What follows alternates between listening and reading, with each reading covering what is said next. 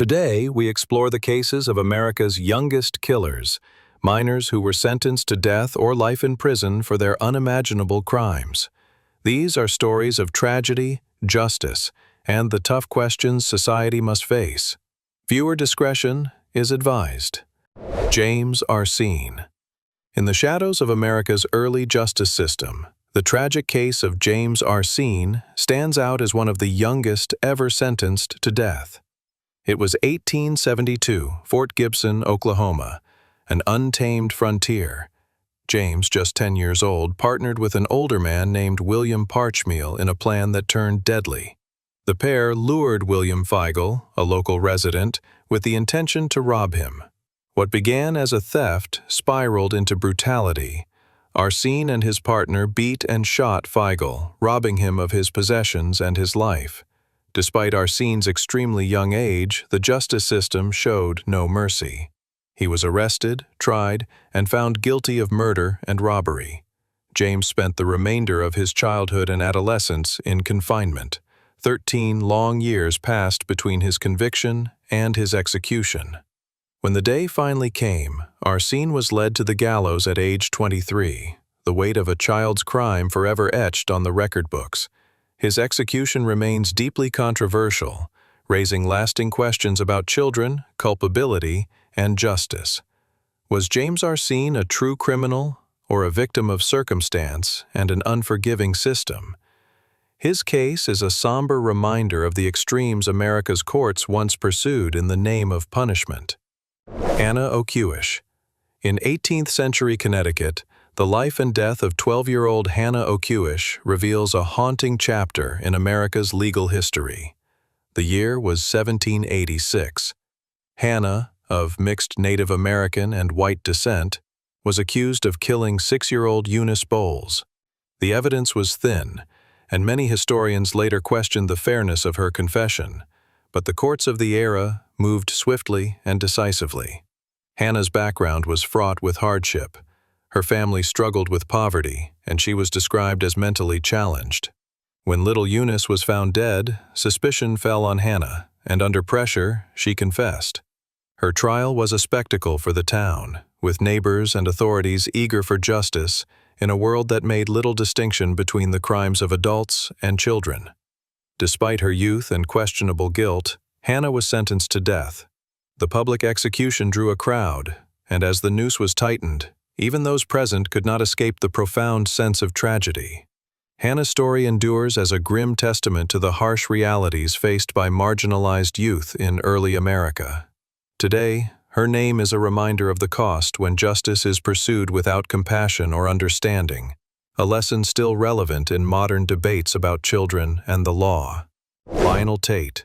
In 1999, the case of Lionel Tate sent shockwaves through Florida and the entire nation, reigniting heat.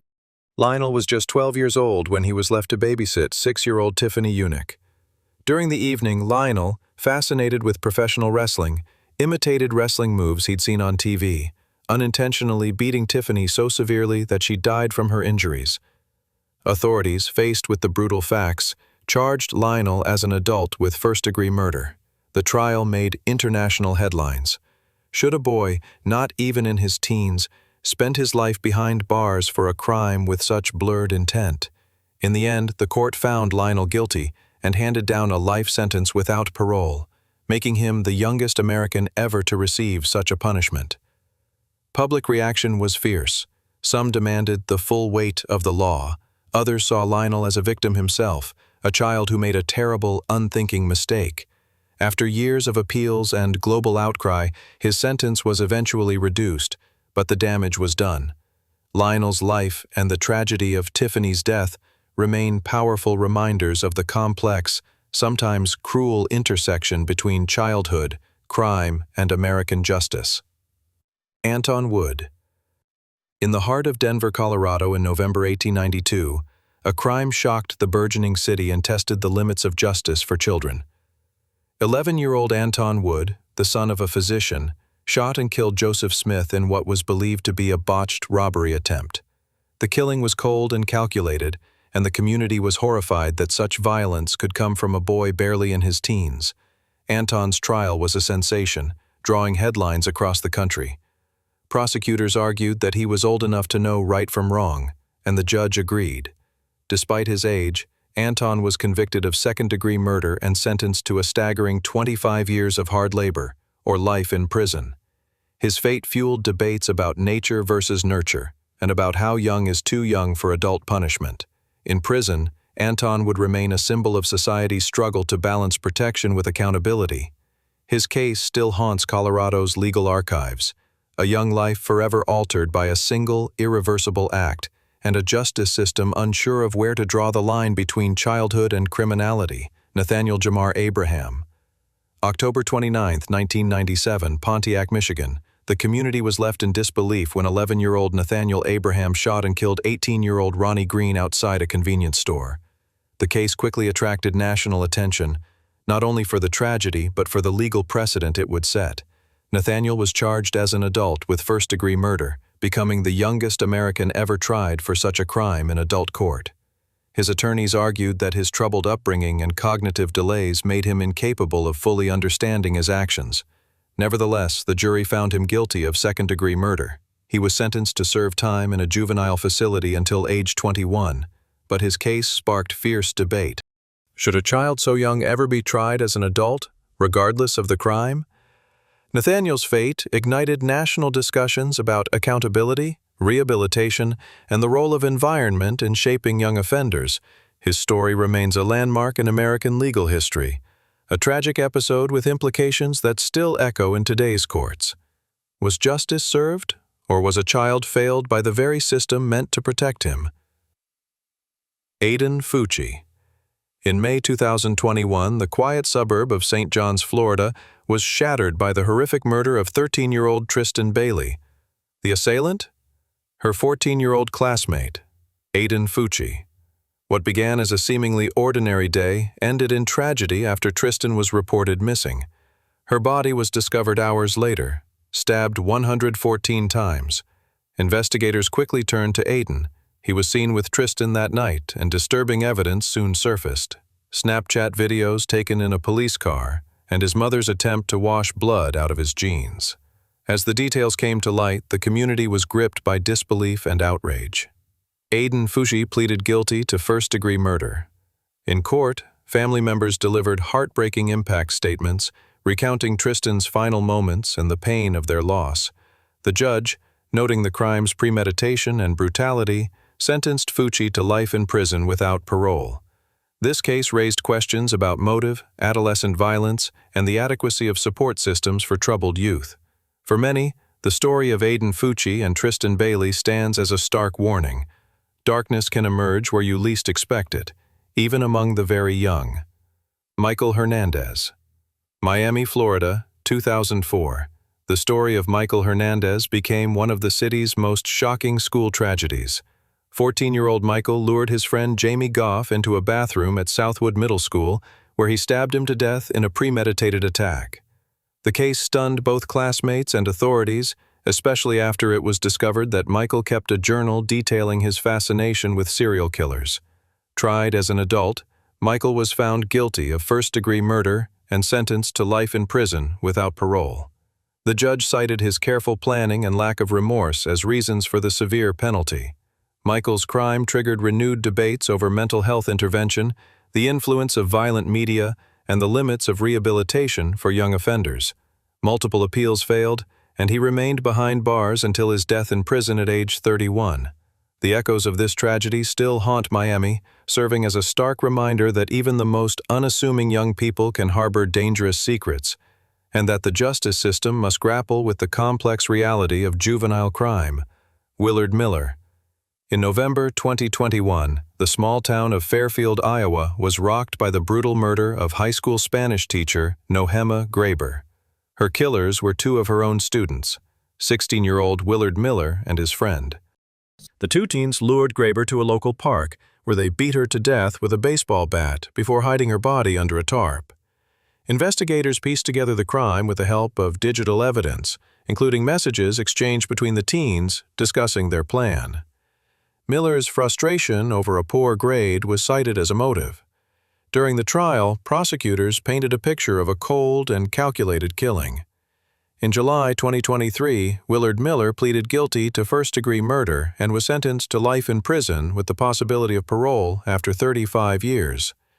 The judge condemned the lack of remorse shown and emphasized the deliberate nature of the crime. The case sparked conversations nationwide about academic pressure, youth mental health, and the sometimes unimaginable consequences of teenage anger left unchecked. Rachel Shoaf and Sheila Eddy. The betrayal that led to Skylar Neese's murder shocked not only her hometown in West Virginia, but the entire nation. On July 6, 2012, best friends Rachel Shoaf and Sheila Eddy, both just 16, lured Skylar out for a late-night drive. The outing turned deadly when the girls stabbed Skylar to death in a remote wooded area, later attempting to cover up the crime with lies and deception. Months went by as the community searched for answers. It wasn't until Rachel's conscience finally broke that she confessed, leading investigators to Skylar's body. The motive, it seemed, was chillingly simple. The girls no longer wanted to be friends with Skylar. Rachel Shoaf was sentenced to 30 years in prison, eligible for parole after 10. Sheila Eddy, convicted of first-degree murder, received life with the possibility of parole after 15 years. The case has inspired documentaries, books, and heated debates about teen psychology and peer influence. Ultimately, the story of Skylar, Rachel, and Sheila serves as a reminder that sometimes the greatest dangers can come from those closest to us. Brenda Spencer. On a seemingly ordinary Monday in January 1979, the nation was stunned when 16-year-old Brenda Spencer opened fire on Grover Cleveland Elementary School in San Diego from her home across the street. Armed with a rifle gifted by her father, Brenda killed 2 adults and injured 9 children. When asked why, her infamous reply, "I don't like Mondays," became a haunting symbol of senseless violence. Brenda's troubled past soon came to light, including a history of depression and fascination with firearms. She pled guilty to 2 counts of murder and multiple counts of assault with a deadly weapon. The court sentenced her to 25 years to life in prison, a sentence she continues to serve to this day. The attack led to widespread calls for better mental health support for teens and for stronger gun control measures. Brenda Spencer's crime remains a disturbing milestone in American criminal history, proof that the darkness of violence sometimes emerges from the most unlikely places. Robert and Michael Bever. On July 22, 2015, the quiet suburb of Broken Arrow, Oklahoma, became the scene of one of the most shocking family murders in recent American history. 16-year-old Michael Bever and his older brother Robert, aged 18, meticulously plotted and carried out the murder of 5 members of their own family, 2 parents and 3 siblings, using knives and hatchets. The attack was so violent that police officers described the crime scene as one of the most horrific they had ever witnessed. Miraculously, 2 younger siblings survived the rampage, a teenage girl who escaped and a baby left unharmed in a crib. Investigators discovered the brothers' notebooks detailing plans for an even greater killing spree, inspired by other notorious mass murderers. The motive appeared to be rooted in a shared fascination with violence and a chilling lack of empathy. At trial, both Michael and Robert were tried as adults. Testimonies revealed not only the details of the massacre, but also the brothers' cold and emotionless demeanors. Robert Bever pleaded guilty and was sentenced to 5 consecutive life sentences without the possibility of parole, while Michael was convicted at trial and received the same fate. The Bever case stands as a stark reminder of how darkness can grow inside the family home, and how sometimes the greatest threats are hidden in plain sight. Mackenzie Shirilla. On July 31, 2022, in Strongsville, Ohio, 19-year-old Mackenzie Shirilla made a decision that would change lives forever. In the early morning hours, she accelerated her car to nearly 100 miles per hour and deliberately crashed into a brick building, killing her boyfriend Dominic Russo and friend Davian Flanagan. At first, it seemed like a tragic accident, but a thorough investigation revealed that Mackenzie's actions were intentional, the result of a calculated plan. In court, the emotional impact on both families was palpable. Prosecutors emphasized her lack of remorse and described the act as a mission of death. Mackenzie was convicted of 2 counts of murder and sentenced to life in prison with the possibility of parole after 15 years. Her case continues to spark debates over the intersection of mental health, impulse control, and criminal responsibility in young adults. For the victims' families, the pain remains, and for Mackenzie, the consequences will last a lifetime. Morgan Geyser. In 2014, Waukesha, Wisconsin became the epicenter of a chilling crime inspired by internet folklore. 12-year-old Morgan Geyser and her friend Anissa Weier lured their classmate Peyton Leutner into the woods, where Morgan stabbed her 19 times in a delusional bid to appease the fictional Slender Man. Miraculously, Peyton survived. The case gripped the nation, raising unsettling questions about mental. Morgan was diagnosed with early-onset schizophrenia, and after pleading guilty to attempted first-degree intentional homicide, was sentenced to 40 years in a state mental institution. Her friend Anissa received 25 years in a psychiatric facility. The Slender Man's stabbing is now a case study in the dangers of unchecked delusions, the responsibility of parents and society, and the fine line between fiction and deadly reality. It remains one of the most haunting examples of how far the minds of young people can wander when reality blurs. Alyssa Bustamante, October 21, 2009, St. Martins, Missouri. The chilling story of Alyssa Bustamante, just 15 years old, would shock her quiet town and the nation. Alyssa lured her 9-year-old neighbor, Elizabeth Olton, into the woods under the guise of friendship.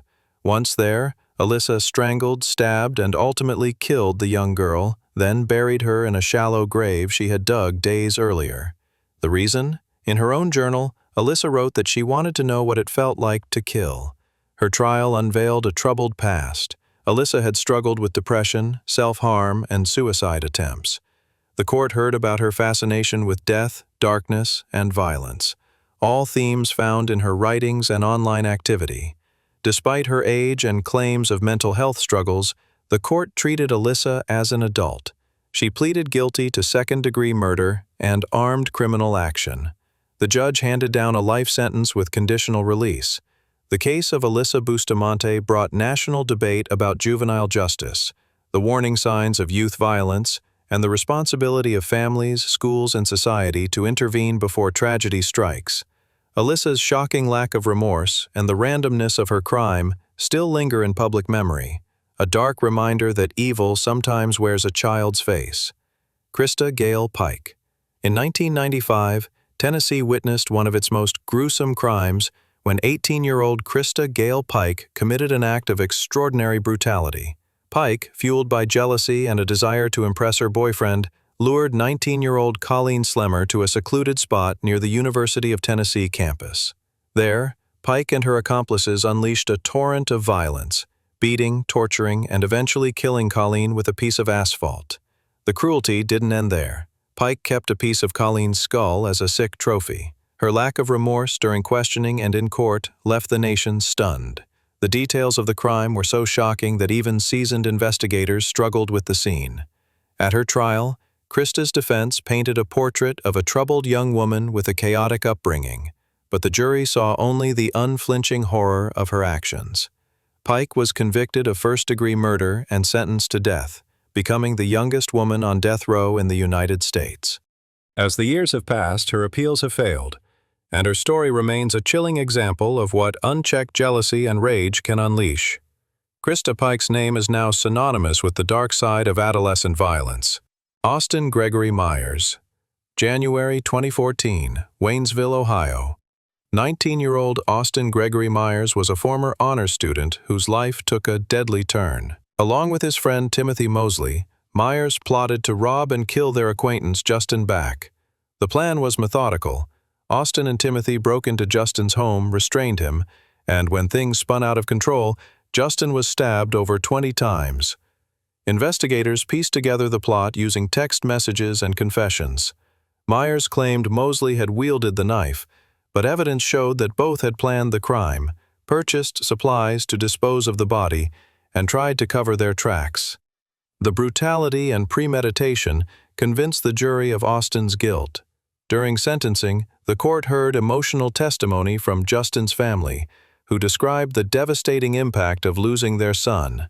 Myers, for his part, expressed regret, but maintained he was not the one who delivered the fatal wounds. The judge saw through the defense and sentenced him to death, making Myers Ohio's youngest death row inmate at the time. The case highlighted how quickly young lives can unravel, and how peer influence, poor decisions, and greed can lead to unthinkable violence. Austin Myers awaits execution, his appeals ongoing, as the community grapples with the legacy of his crime. Dylann Roof. On June 17, 2015, Charleston, South Carolina, became the center of a national tragedy when 21-year-old Dylann Roof entered Emmanuel African Methodist Episcopal Church and sat quietly through a Bible study. After nearly an hour, he stood up and opened fire, killing 9 innocent parishioners. Roof's actions were calculated and deliberate, driven by hatred and a desire to start a race war, as he later confessed in a manifesto posted online. The trial was one of the most watched in modern U.S. history. Roof refused to show any remorse, even representing himself in court and using his time to further spread his hateful beliefs. The families of the victims addressed him directly in powerful victim impact statements, offering forgiveness even as they mourned their loved ones. Roof was found guilty on all counts, including federal hate crimes, and sentenced to death, the first time in U.S. history that a person was sentenced to death for a federal hate crime. His lack of remorse and open embrace of white supremacy left a deep scar on the nation. Dylann Roof's case remains a painful reminder of the destructive power of bigotry and the lasting consequences of one person's hate-fueled actions. Dexter Darnell Johnson, Houston, Texas, 2006. 18-year-old Dexter Darnell Johnson was the ringleader in a violent carjacking that left 2 young lives brutally cut short. Johnson's trial brought to light his troubled upbringing and claims of intellectual disability. His lawyers argued that his IQ was around 70, but prosecutors countered that he planned and led the attack, showing cold calculation and leadership. The jury was unmoved by the defense, finding Dexter guilty of capital murder. He was sentenced to death in 2007. Over the years, Johnson's appeals have focused on his mental capacity and whether executing someone with intellectual disability violates constitutional protections. His case has become a focal point in debates about the death penalty for young adults and those with diminished capacity. Dexter Johnson remains on Texas death row, his fate uncertain as legal battles continue. His story highlights the complicated intersection of youth, mental health, and the ultimate punishment under the law. Dalton Prejean. In 1977, 17-year-old Dalton Prejean's life changed forever during a fatal encounter in Lafayette Parish, Louisiana. After a night of drinking, Dalton and friends were stopped by police for a minor traffic violation. In the chaotic moments that followed, Dalton shot and killed Trooper Donald Cleveland. The case drew attention to Dalton's low IQ and history of mental health struggles. Despite these factors, he was tried and convicted of murder and sentenced to death. Over the next 13 years, Dalton's appeals, including a plea to the U.S. Supreme Court, were denied. On May 18, 1990, Dalton Prejean was executed in the electric chair at Angola Prison. In his final statement, he spoke of forgiveness and the hope that his son would be a better man.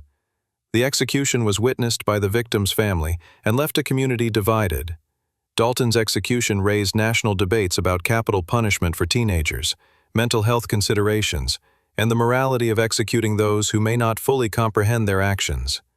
His case continues to serve as a sobering reflection on the limits of mercy and justice in the U.S. legal system. Johnny Frank Garrett. Amarillo, Texas, Halloween night, 1981. 17-year-old Johnny Frank Garrett entered a convent, attacked and killed Sister Tadea Benz, a 76-year-old nun. The murder was particularly brutal. Sister Benz was assaulted and strangled, her life taken in a place meant for peace and sanctuary. Garrett's trial was sensational. Despite evidence of severe childhood abuse and a diagnosis of multiple personality disorder, the jury was unswayed. He was convicted and sentenced to death, his appeals for clemency reaching as far as the Vatican, where Pope John Paul II himself requested mercy. But the sentence stood. On February 11, 1992, Johnny Frank Garrett was executed by lethal injection. His final words were filled with bitterness and defiance. "The rest of the world can kiss my ever-loving ass." His story lives on in books and documentaries, fueling controversy over the execution of young offenders, especially those with histories of trauma and mental illness. To this day, debates persist over whether Johnny Frank Garrett was truly guilty, or if the system failed to protect a deeply damaged child from an irrevocable fate. Charles Rumbaugh. In April 1975, Amarillo, Texas witnessed a chilling act when 17-year-old Charles Rumbaugh shot and killed jewelry store owner Michael Filo during a robbery. Rumbaugh's troubled past, marked by repeated brushes with the law, was not enough to earn him mercy in the courtroom. After his conviction for capital murder, Rumbaugh's story was far from over. He managed a brief escape from jail but was quickly recaptured. Years of appeals followed, yet the courts repeatedly affirmed his death sentence. On September 11, 1985, at age 28, Charles Rumbaugh became the youngest American executed since the return of the death penalty in the 1970s. He declined a final meal and delivered short, somber last words before his execution. Rumbaugh's case stands as a grim reminder of how quickly troubled youth can spiral into lifelong tragedy, and of the American justice system's willingness to administer the ultimate punishment to those barely out of childhood. Douglas Christopher Thomas. The quiet town of Emporia, Virginia was forever changed on November 3, 1990, when 17-year-old Douglas Christopher Thomas and his 14-year-old girlfriend Jessica Wiseman carried out a plan that ended in murder. Upset over Jessica's parents disapproving of their relationship, the pair plotted revenge. That night, Thomas shot and killed both James and Kathy Wiseman. Jessica was tried as a juvenile, sentenced to only 7 years in prison, while Douglas faced the full weight of adult law. He confessed to the murders but expressed disbelief that his younger accomplice would soon be free while he awaited execution. After years of appeals, Douglas Christopher Thomas was executed on January 10, 2000. In interviews before his death, Thomas lamented the system's unequal treatment of juvenile co-defendants and questioned the morality of executing teenagers. His case left the public debating whether the line between adolescence and adulthood should matter more in matters of life and death. Ruben Montoya Cantu. San Antonio, Texas, 1984. At 17, Ruben Montoya Cantu participated in a robbery that ended with the shooting death of Pedro Gomez and the wounding of Juan Moreno. Cantu was swiftly convicted of capital murder. Despite ongoing doubts about his guilt, conflicting witness statements, and recanted testimony, the courts pressed forward. Ruben's appeals highlighted potential misidentifications and failures in the investigation. Even the district attorney who prosecuted the case later voiced concerns about Cantu's conviction. Still, on August 24, 1993, Ruben was executed by lethal injection.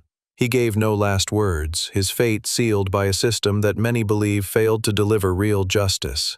Rallying point for opponents of the death penalty, an enduring warning of the tragic consequences when the system is unwilling or unable to correct its own mistakes.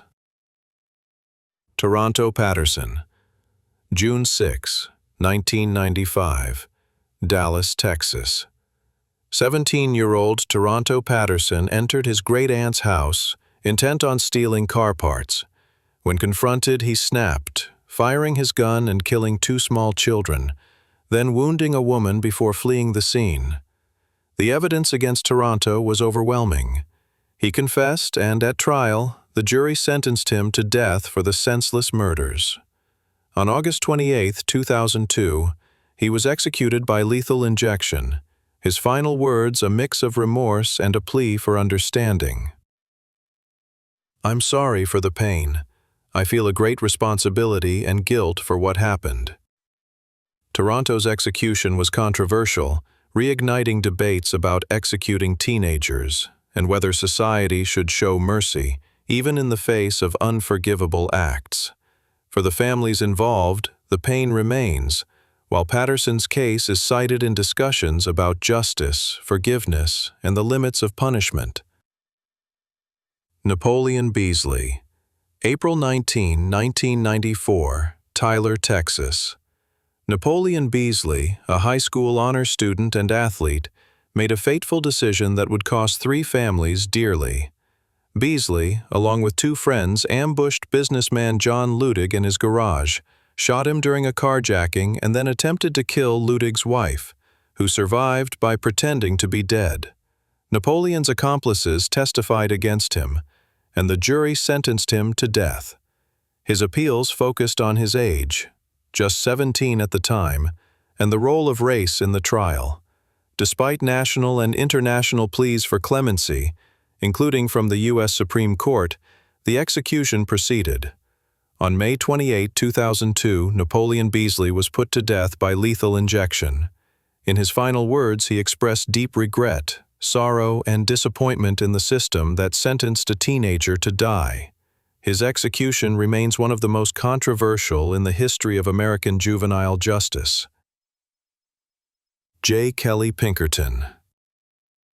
In the late 1970s, Texas was shaken by the brutal crimes of J. Kelly Pinkerton, a teenager whose actions would lead to his execution at just 24 years old. At 17, Pinkerton committed 2 separate, savage murders. In 1979, he broke into the Amarillo home of 28-year-old Sarah Dawn Lawrence with the intent to rob. The crime escalated horrifically as Pinkerton stabbed Sarah multiple times, leaving a scene of unspeakable violence. Just months later, in 1980, he struck again, this time killing 25-year-old Sherry Welch, who worked at a local furniture store. The method was strikingly similar. Forced entry, robbery. The details of the crimes revealed a disturbing pattern. Authorities soon linked the murders, and Pinkerton was arrested in 1981. During his trial, evidence, including his fingerprints at the crime scenes, pointed unambiguously to his guilt. Despite his youth and claims of remorse, the jury sentenced him to death. Pinkerton spent nearly 7 years on death row, filing numerous appeals, but all were denied. On May 15, 1986, J. Kelly Pinkerton was executed by lethal injection at the Walls Unit in Huntsville, Texas. In his final moments, he addressed his family, asking them to stay strong. Pinkerton's case remains a haunting reminder that sometimes the capacity for violence knows no age, and that justice can be swift and final, even for the very young. Thank you for watching. Remember, this video is meant to educate and spark conversation about our justice system. If you found this content insightful, please like, share, and subscribe for more true crime stories. Stay curious, stay safe.